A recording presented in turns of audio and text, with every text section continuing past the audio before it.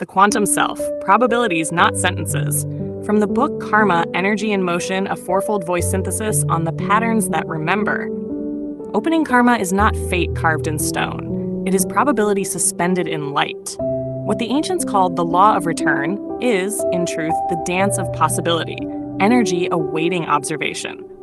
Every thought you think, every feeling you suppress, every choice you repeat is a vibration collapsing into form. This means your karma is not a sentence to be served, but a pattern that can be rewritten by awareness. You are not the prisoner of energy. You are its participant. The moment you become conscious of the pattern, you shift its probability field. The same principle that governs subatomic particles also governs your life.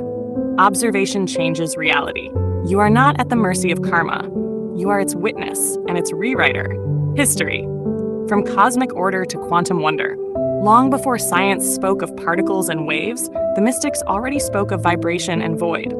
The Vedic seers described Brahman as the infinite field, unmanifest yet pregnant with possibility. Karma was seen as the movement within that field, the ripple of the eternal playing through form. In ancient Buddhist thought, this ripple was not punishment, but cause-meeting effect across time, a moral wave function. But centuries later, when Max Planck introduced the quantum hypothesis and Albert Einstein described light as both particle and wave, the language of karma found its scientific echo. The universe itself was revealed to be probabilistic, not fixed, but participatory. The world no longer looked like a machine. It looked like consciousness in disguise. As Carlo Rovelli wrote in Reality is Not What It Seems, matter is not substance but relation, an infinite web of energy exchanges. This is karma's truest mirror, the field of interbeing. Karma's ancient law of balance became, through science, the recognition that reality is not deterministic. Life is feedback, not fate. The cosmos, like consciousness, prefers coherence. Science, the field of probabilities. Quantum mechanics changed everything. According to Niels Bohr, observation determines form. A particle exists in a superposition, many possibilities at once, until it is measured. Werner Heisenberg's uncertainty principle revealed that you can't know both position and momentum fully. The act of looking alters what is seen. This echoes karma perfectly. Until consciousness observes its own energy, patterns remain uncollapsed, repeating through lifetimes and bodies. Bruce Rosenblum and Fred Kuttner in Quantum Enigma called it the universe's mirror of awareness. What they meant scientifically, mystics meant experientially. Your life reflects your focus. The observer effect is not limited to laboratories. Lynn McTaggart, in The Field, showed that human intention measurably affects energy patterns. Focus is force. What you continually observe, fear, gratitude, love, becomes the dominant vibration of your field. Even the brain agrees. Dr. Joe Dispenza, in Breaking the Habit of Being Yourself, explains that thought and emotion create neural loops that magnetize energy into predictable outcomes. In quantum terms, your attention collapses the same karmic pattern again and again. But the moment you choose differently, the wave shifts. When consciousness expands, probability expands. Karma becomes creation. Philosophy, the ethics of possibility. Philosophy calls this shift agency. The quantum view restores responsibility to consciousness. You are not bound by a fixed destiny. You are bound only by unexamined energy.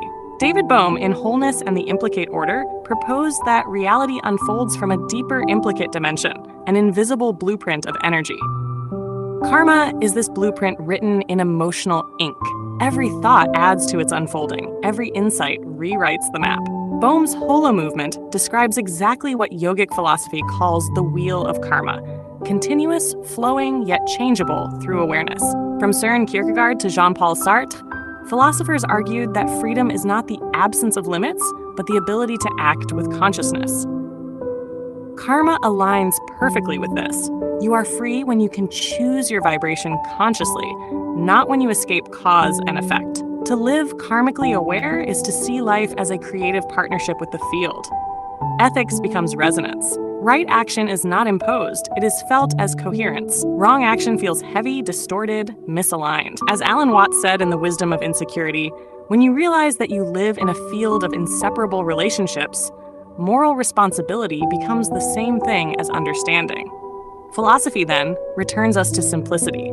You are both wave and witness, both creator and creation. Freedom is the ability to dance consciously within your own probabilities. Spirit, awakening as the collapse of duality. Spiritually, the quantum self is the remembering self. The field through which electrons move is the same field through which consciousness flows.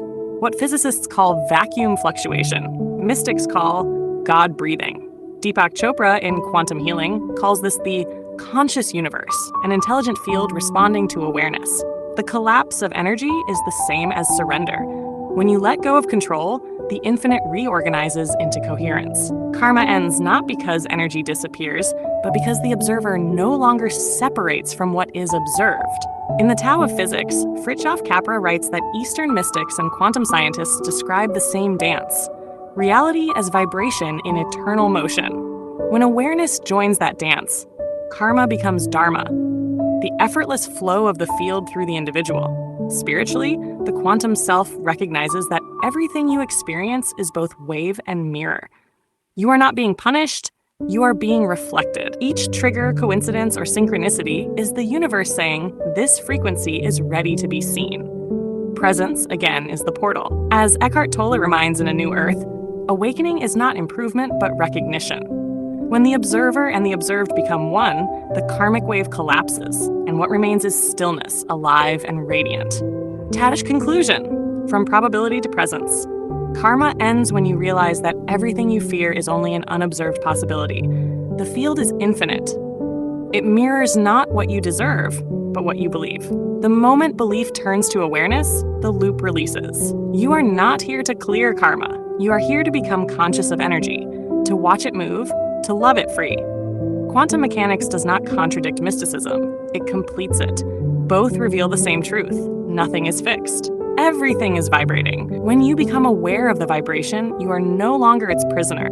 You are its poet. Awakening questions. 1. What patterns in your life feel like probabilities waiting for your observation? 2. How does your attention change the energy of a situation? 3. What does freedom feel like when you stop trying to escape cause and effect? 4. Can you sense when the field responds to your inner state? 5. What happens when you see yourself as both the wave and the witness?